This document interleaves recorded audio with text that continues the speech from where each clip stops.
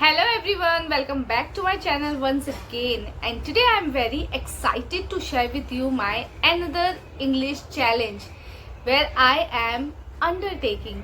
Before this, I have successfully completed my 30-day challenge where I spoke only on 1 minute for each day, and that challenge was valuable and I have learned so many things from that challenge.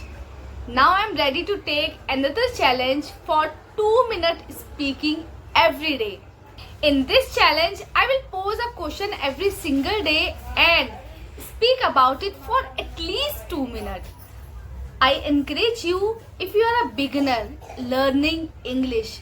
So, join me by answering the same question in your own way. During my previous challenge, I encountered various challenges, but I also gained my knowledge. By practicing daily, I improved my speaking English skills significantly.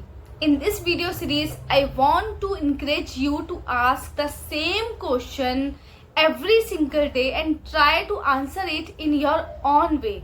This will help you to assess progress and build your confidence to speak English confidently.